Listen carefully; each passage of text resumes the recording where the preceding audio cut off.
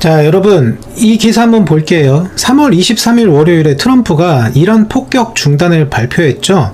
생산적인 대화가 있었다. 이 한 줄이 올라왔었거든요. 바로 이 부분입니다. 근데요, 이 게시물이 올라오기 16분 전에 석유 선물 시장에서 5억 8천만 달러짜리 대량 거래가 터집니다. 트럼프 발표는 7시 5분이었고요. 정확히 16분 전인 6시 49분에 대량 거래가 터지죠. 그 이전을 보면 거래가 고요했습니다. 어떤 뉴스도 없었어요. 근데 누군가는 알고 있었겠죠. 그러니까 이런 대량 거래가 터진 거예요. 이 사람은 아마 돈을 엄청 벌었을 거예요. 간단합니다. 트럼프가 어떤 발표를 하기 15분 전에 거래를 하면 돼요. 근데 이걸 아는 사람이 세상에 얼마나 있을까요?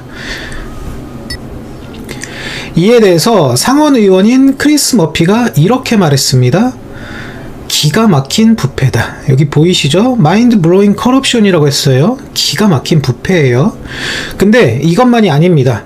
전쟁 시작 전날에 폴리마켓이라는 예측 시장에서 150개 넘는 계정이 갑자기 이란 타격에 베팅을 했습니다. 1월에는 베네수엘라 마두로 체포 발표 전에 32,000달러 넣어서 40만 달러 번 사람도 있고요. 근데 CNN이 더 파봤더니요, 한 트레이더가 이란 관련 베팅만으로 약 100만 달러를 벌었는데 5자리 이상 베팅 승률이 93%랍니다. 93%예요. 미 발표 군사작전을 거의 다 맞춘 겁니다. 이게 운일까요? 93%가 운이라고 할 수 있을까요? 결국 뉴욕 남부지구 연방검찰이 움직이기 시작했습니다.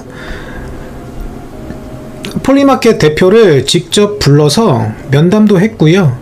내부자 거래법 적용 가능성을 논의했다고 합니다. 자, 근데요, 이건 시작일 뿐이에요. 이란 전쟁만이 아니죠. 우리가 그동안 봐왔던 베네수엘라, 그린란드, 코인, 쿠바 모두 다예요. 베네수엘라는 600만 달러 기부자의 회사가 석유 판매권을 받고, 그린란드에서는 전직 트럼프 임원이 광산 지분을 갖고 있고, 코인에서는 다들 아시는 것처럼 가족이 수십억 달러를 벌어들이고 있어요. 오늘은 이것을 다 한 줄로 한번 깨워 보겠습니다. 근데 우리가 염두에 두고 봐야 될 거는요, 트럼프의 외교 정책에는 항상 두 개의 축이 있습니다. 첫 번째는 공식 이유고요. 그 밑에 개인 사업이 깔려 있어요. 그리고 진짜 무서운 거는 뭐냐면 전부 공개돼 있다는 겁니다. 한번 살펴볼게요. 이란 전쟁 이야기를 하기 전에 트럼프 아들들이 뭘 하고 있는지부터 한번 볼게요. 돈 주니어, 아버지가 당선되고 딱 3주 뒤에 1789 캐피탈이라는 벤처 캐피탈의 파트너로 들어갑니다. 애국적 자본주의를 표방하는 회사예요. 그리고 이 펀드가 투자한 회사 중에 Unusual 머신이라는 게 있습니다. 드론 부품 만드는 스타트업이에요. 돈 주니어가 이 회사 자문역이고 400만 달러어치 지분을 갖고 있다고 합니다. 드론 경험이 있냐고요? 없습니다. 전혀 없습니다. 근데 이 회사가 미 육군에서 드론 모터 3,500개를 계약을 받습니다. 그리고 같은 펀드가 투자한 또 다른 회사가 있어요. 벌컨 엘리먼트라는 회사인데요. 직원이 30명입니다. 근데 펜타곤에서 6억 2천만 달러 대출을 받습니다. 여기 보이시죠? 30명짜리 회사가 6억 2천만 달러. 거짓말 조금 못하면 동네 치킨집보다 직원이 조금 더 많은데 펜타곤에서 역대급 대출을 받은 거죠. 이거를 스놉스라는 데서 검증을 했는데 한번 볼게요. 스놉스에서 이거에 대해서 검증을 했습니다. 스놉스 검증 결과는 true. 사실이에요. 그리고 1789 캐피탈 포트폴리오 중에서 2025년에만 4개 회사가 트럼프 행정부 계약을 수주했어요. 약 7억 3,500만 달러 이상이라고 합니다. 공정하게 말할게요. 국방부는 별도 심사를 거쳤다고 밝혔고요. 두 회사 CEO 모두 돈 주니어는 계약에 관여 안 했다라고 말했습니다. 펜타곤 관계자도 이메일로 돈 주니어는 대출 논의에 참여한 적 없다 이렇게 확인했고요. 근데요, 돈 주니어가 본인 팟캐스트에서 한 말이 있습니다. 바로 이 얘기예요. 펜타곤 인사 검증을 할 때 드론 예산을 늘리고 싶어하는 후보를 찾았다. 바로 이 부분입니다. 본인이 말했어요. 이걸 대통령 아들이 국방부 인사를 심사하면서 자기가 투자한 분야에 우호적인 사람을 골랐다는 거예요. 그리고 이것도 직접 말한 겁니다. 우리 펀드는 행정부가 뭘 하고 싶어 하는지 이해한다. 왜냐면 그 메시지를 만드는데 우리가 참여했으니까. 심판이 선수 뽑는데 관여한 거랑 뭐가 다를까요, 이게? 이에 대해서 워런 상원 의원이 뭐라고 했냐면요. 상원 공식 서한 한번 보세요. 이 회사들은 2025년 이전에는 이런 규모의 국방부 계약을 받은 적이 없다. 이렇게 말했습니다. 에릭 트럼프도 빠질 수 없죠. 이건 스눕스가 검증까지 한 건데요. 이스라엘 AI 드론 회사 엑스텐드에 투자했습니다. 이 회사가 미국 건설회사와 15억 달러 합병을 발표한 날짜가요. 2월 17일입니다. 이란 전쟁이 시작되기 딱 11일 전이에요. 엑스텐드는 이미 국방부와 수백만 달러 계약을 보유하고 있었고요. 스눕스가 검증했습니다. 이건 사실이에요. 정리를 한번 해보면요. 대통령이 군대를 지휘하고 그 군대가 드론 예산을 늘리고 대통령 아들이 드론 회사에 투자하고 있는 겁니다. 이 상황을 이 기사가 정리해주고 있죠. 이렇게 썼습니다. 트럼프 가족은 전쟁에서 재정적으로 이득을 보는 위치에 있고 이미 이득을 보고 있다.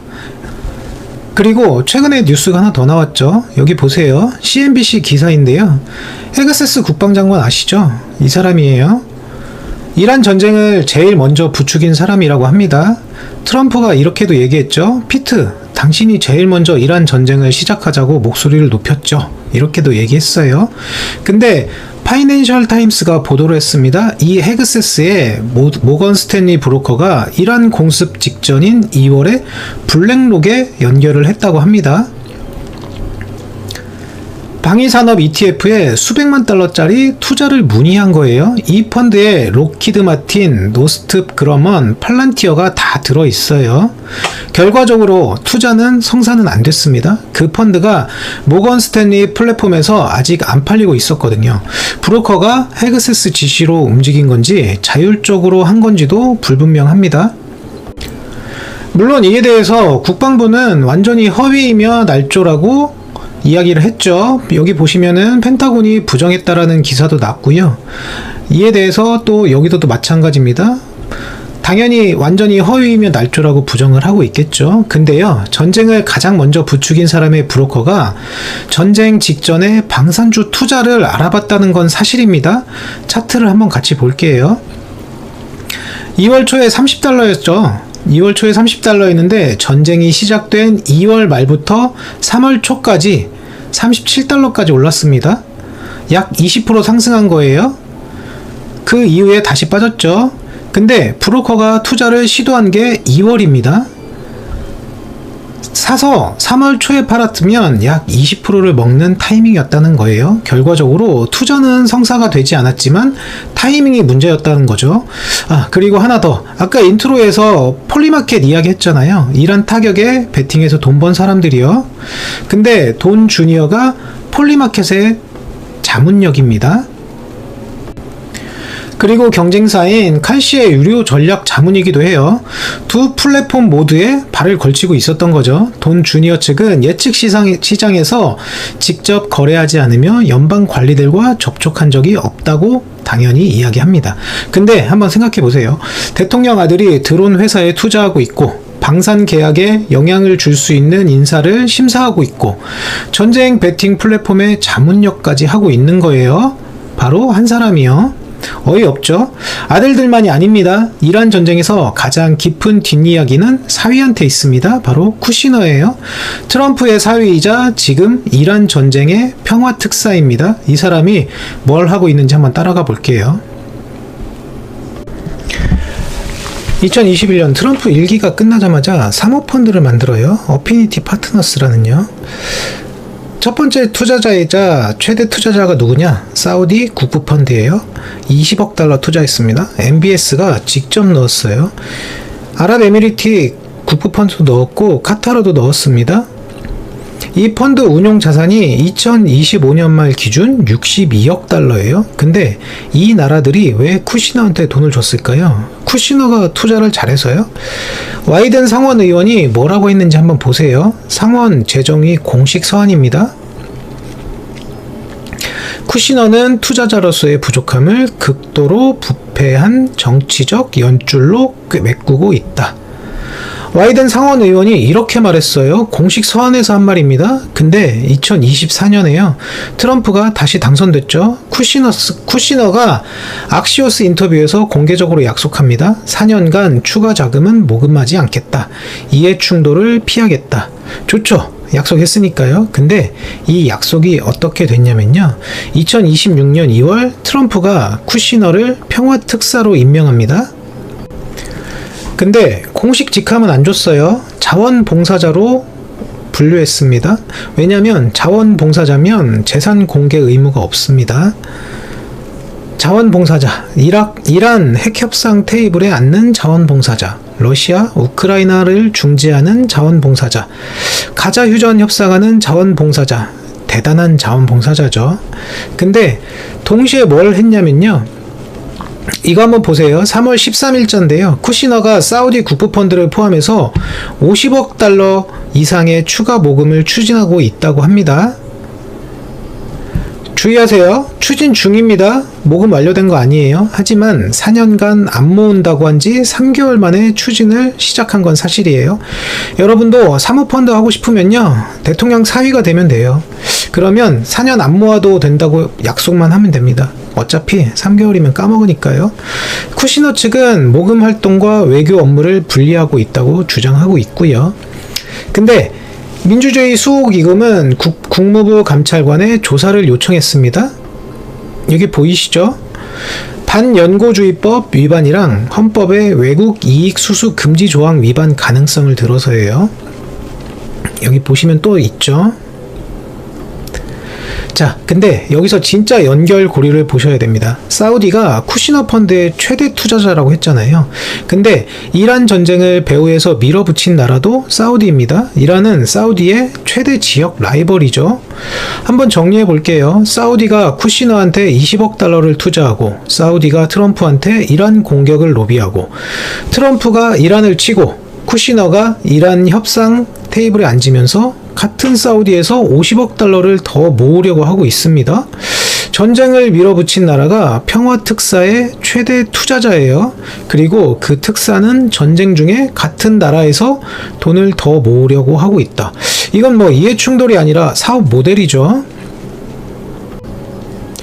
이란도 이걸 알고 있습니다. 이거 보세요. 이란 외무장관 아그라치가 뉴욕타임스 기사 스크린샷을 직접 올리면서 이렇게 얘기했습니다.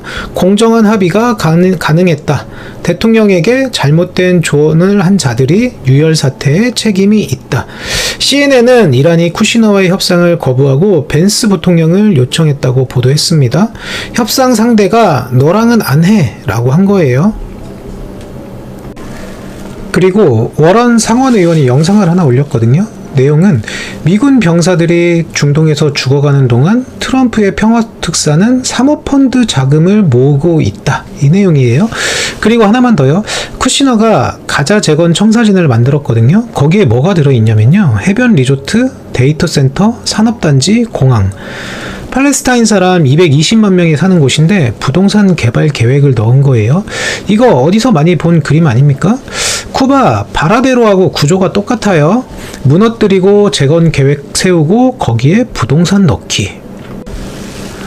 이제는 베네수엘라로 가볼게요. 올해 1월에 미국이 군사작전으로 마두로를 체포했잖아요. 표면적 이유는 독재 타도, 민주주의 회복, 마약도 있죠. 근데 그 다음에 트럼프가 백악관에서 뭐라고 했냐면요. 수백만 배럴의 석유를 꺼내서 휴스턴으로 보내고 있다. 민주주의가 얘기가 아니죠. 석유가 어디로 가고 있는지를 자랑한 거예요. 그러면 궁금하죠? 이 석유로 누가 돈을 버느냐? 기사 하나만 더 볼게요. 2024년 대선 캠페인에서 석유가스 업계가 트럼프한테 기부한 금액이 약 2,300만 달러예요. 쉐브론은 취임식에만 별도로 200만 달러 더 냈고요. 그리고 쉐브론이 뭔지 아시나요? 베네수엘라에서 유일하게 살아남은 미국 석유회사입니다. 다른 회사들은 2007년에 차베스가 국유화할 때 다 쫓겨났거든요. 엑손, 코노코필립스 다 나갔는데 쉐브론만 남았어요. 마두로가 잡히면 누가 제일 유리할까요? 이미 현재 발 딛고 있는 쉐브론이죠. 근데 여기서 진짜 뒷이야기가 나옵니다. 이건 워싱턴 포스트가 원 출처인데요. 마두로가 잡힌 직후에 트럼프 행정부가 베네수엘라 석유 판매권을 두 회사한테 줬습니다. 바로 비톨하고 트래피겨라는 회사예요. 세계 최대 원자재 트레이딩 회사들입니다. 근데 비톨의 수석 트레이더가 트럼프 2024 캠페인에 600만 달러를 기부했습니다. 개인 자격으로요. 비톨 측은 개인 기부이며 회사와 무관하다고 강조했습니다. 근데요, 개인 기부든 회사 기부든 600만 달러 낸 트레이더의 회사가 마두로 잡힌 직후에 석유 판매권을 받은 건 사실입니다. 그리고 이 두 회사 비톨과 트래피겨라는 둘 다 과거에 뇌물 스캔들로 유죄 판결을 받은 전력이 있어요. 법원 기록에 남아 있습니다. 행정부 측은요, 이 두 회사가 카리브해에 기존 물류망을 갖고 있어서 대량의 원유를 빠르게 처리할 수 있는 유일한 선택지였다고 설명을 합니다. 국제 위기 그룹도 실무적으로 편의성이 높은 선택이라고 분석했고요. 그건 맞아요. 실무적 이유가 있을 수는 있습니다. 근데 결과를 한번 볼게요. 보고서 하나 같이 볼게요. 첫 출하분만 5억 달러. 이 돈은 미국이 관리하는 계좌로 들어갔어요. 카타르에 있는 계좌예요. 그리고 루비오 장관이 의회에서 뭐라고 했냐면요, 임시 대통령한테 매달 예산을 제출하라고 요구하고 있대요. 여러분, 석유 사업하는 법 알려드릴까요? 나라 하나를 접수하면 됩니다. 그러면 그 나라 대통령이 여러분한테 매달 예산을 보고해요. 간단하죠?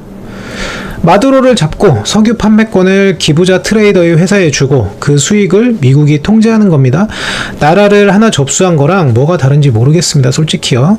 민주주의 수출이 아니라 석유 유통 구조 재편이죠. 다음으로 그린란드 한번 볼게요. 트럼프가 그린란드를 사겠다고 한 거 다들 기억하시죠? 2019년에 처음 꺼냈을 때 다들 웃었죠. 아니, 나라를 사겠다고? 근데 2026년에 다시 꺼냈죠. 이번엔 웃기지 않죠. 베네수엘라를 실제로 쳤으니까요. 표면적 이유는 안보, 중국 견제, 북극 항로, 히토류, 이거 다 맞는 말입니다. 근데 그린란드는 세계 8위 규모의 히토류 매장량이 있는 것도 사실입니다. 여기 보시면 보이죠.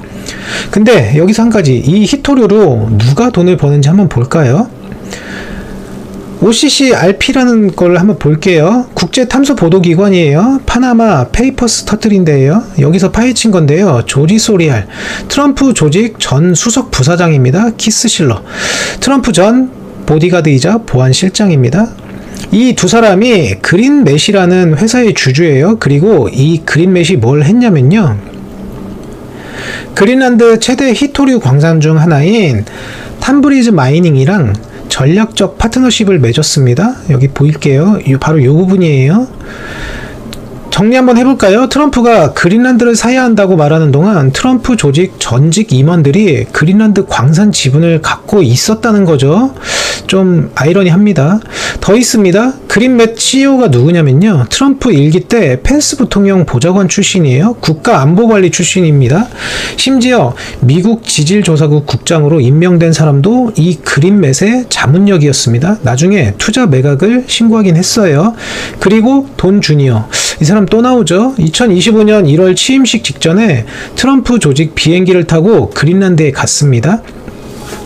소리알이 이 사진을 링크드인에 올렸는데 해시태그가 뭐였냐면요, 미네랄 USA 내셔널 세큐리티예요. 여기 보이시죠? 자, 공정하게만 말할게요. OCCRP도 트럼프 가족이 그린란드에서 사업을 추진하고 있다는 증거는 아직 없다라고 썼습니다. 소리알 본인도 수동적 소수 주주일 뿐 경영에 관여하지 않는다라고는 말했어요. 그건 인정합니다. 근데요, 대통령이 그린란드를 사야 한다고 하는 동안 전직 임원이 광산 지분을 갖고 있고 아들이 트럼프 조직 비행기로 다녀오고 지질조사국 국장이 같은 회사 자문역이었다면 이건 우연이 좀 많은 거 아닌가요? 우연이 4번 겹치면 그건 우연이 아닙니다. 자, 다음으로 코인 넘어가 볼게요. 이건 좀 아시는 분도 계실 텐데요. 근데 이건 국내 규제 이야기가 아닙니다. 외교 문제예요. 이거 한번 보세요. 트럼프 아들들이 만든 코인 회사예요. 트럼프 사업체가 60% 지분을 갖고 있고 토큰 판매 수익의 75%를 가져가는 구조입니다. 이건 공식 웹사이트에 공시돼 있어요. 숨기지도 않죠. 여기서 진짜 주목할 게 있거든요. 아랍에미리트 왕실이 이 회사의 49% 지분을 5억 달러에 샀습니다. 여기 보이시죠? 취임 며칠 전에 서명했고요. 비공개였습니다. 뉴욕타임스가 2월에 폭로했어요. 그리고 그 직후에 뭐가 일어났냐면요. 이거 한번 보세요. 트럼프 행정부가 아랍에미리트의 AI 칩 수출을 대폭 확대합니다. 타임라인을 한번 볼까요? 바이든이 퇴임 직전에 AI 확산 규칙을 만들었어요. 아랍에미리트는 연간 약 1700개로 제한됐거든요. 근데 트럼프가 취임하고 5월에 이 규칙을 폐기합니다. 그리고 11월에 아랍에미리트의 연간 최대 50만 개 칩 수출을 승인한 거예요. 1700개에서 50만 개, 약 300배죠. 5억 달러 넣었더니 300배로 문이 열린 겁니다. 여러분, AI 칩 필요하면요, 대통령 가족 코인에 5억 달러만 넣어 놓으면 됩니다. 규제가 풀려요. 수익률은 300배예요. 정리를 한번 해보면요, 아랍에미리트가 트럼프 가족 코인 회사에 5억 달러를 넣고 트럼프 행정부가 바이든 시절 규제를 풀어서 아랍에미리트의 AI 칩을 대폭 풀어줬습니다. 물론 칩 수출 확대는 중국 견제라는 전략적 이유도 있습니다. 업계에서도 바이든 규제가 과도했다는 비판이 있었고요. 근데 5억 달러 투자와 칩 승인의 타이밍이 겹치는 건 사실입니다. 이게 외교 문제인 이유가 여기 있습니다. 아까 이란 파트에서 봤던 사우디 쿠시너 구조하고 같거든요. 외국 정부가 트럼프 가족 사업에 돈을 넣고 행정부가 그 나라에 유리한 결정을 내리는 겁니다. 코인 자체 숫자도 한번 볼게요. 취임 직전에 밈코인 트럼프를 발행했죠. 뭐 이거는 다들 아실 거예요. 트럼프 지배회사가 전체의 80%를 갖고 있습니다. 코인 이름에 본인 이름이고 본인이 80%를 갖고 있어요. 이건 뭐 사업이라기보다는 굿즈 판매죠. 그리고 멜라니아도 있었죠. 영부인 이름 코인이에요. 출시 후에 99% 폭락했어요. 가족은 벌고 투자자는 날린 겁니다. 월피 거래 첫날 가족 지분 가치가 50억 달러였고요. 에릭 트럼프가 서명한 별도 딜로 1억 8,700만 달러가 가족 법인으로 이동한 것도 월스트리트 저널이 보도했습니다. 이에 대해서 하원 법사위원회가 뭐라고 했냐면요. 트럼프의 암호화폐 정책이 실제로 트럼프와 가족에게 이익을 주기 위해 사용됐다. 하원 법사위가 이렇게 결론을 내렸습니다. 대통령이 크립토 규제를 완화하면서 동시에 가족 크립토 사업으로 수십억 달러를 벌어들이고 있는 겁니다. 여기까지 봤으니까 한번 정리해 볼게요. 첫 번째, 이란. 아들들이 드론 회사에 투자하고 있고 국방부에 7억 달러 넘게 계약을 줬습니다. 국방장관 브로커는 전쟁 직전에 방산주를 알아봤고요. 4위는 전쟁을 밀어붙인 나라에서 50억 달러를 모으려 하고 있습니다. 전쟁 중이에요. 두 번째는 베네수엘라. 600만 달러를 기부한 트레이더의 회사가 석유 판매권을 받았어요. 그 회사는 뇌물 전과가 있고요. 세 번째는 그린란드. 전직 임원들이 광산 지분을 갖고 있고 아들이 트럼프 조직 비행기로 다녀왔습니다. 네 번째는 코인이에요. 가족이 80% 지분을 갖고 있고 아랍에미리트가 5억 달러를 넣었고 AI 칩 규제가 풀렸습니다. 다섯 번째는 쿠바. 28년간 상표 등록하고 골프장 답사하고 지금 석유를 끊고 있어요. 이거는 전편에서 확인해보세요. 자, 이제 하나하나 보면요, 우연일 수 있습니다. 기부자가 계약받는 건 원래 있는 일이고 대통령 아들이 사업하는 것도 법적으로 금지돼 있지 않고요. 근데 5개를 한 줄로 놓으면 패턴이 보입니다. 전쟁을 하면 아들이 드론 회사로 돈을 벌고, 협상을 하면 사위가 같은 나라에서 펀드를 모으고, 정권을 바꾸면 기부자가 석유를 가져가고, 영토를 사겠다고 하면 전직 임원이 광산 지분을 갖고, 규제를 풀면 가족이 코인으로 수십억을 벌어들여요. 참고로 미국 헌법에는 에몰루먼트 조항이라는 게 있습니다. 미국 헌법 제1조 9절이에요.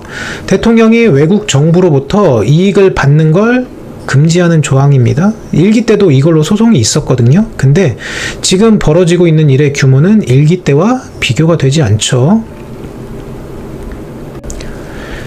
그리고 지금 연방 검찰이 움직이기 시작했습니다. 바이든 시절에는 폴리마켓에 벌금을 물리고 미국 내 운영을 금지했었거든요.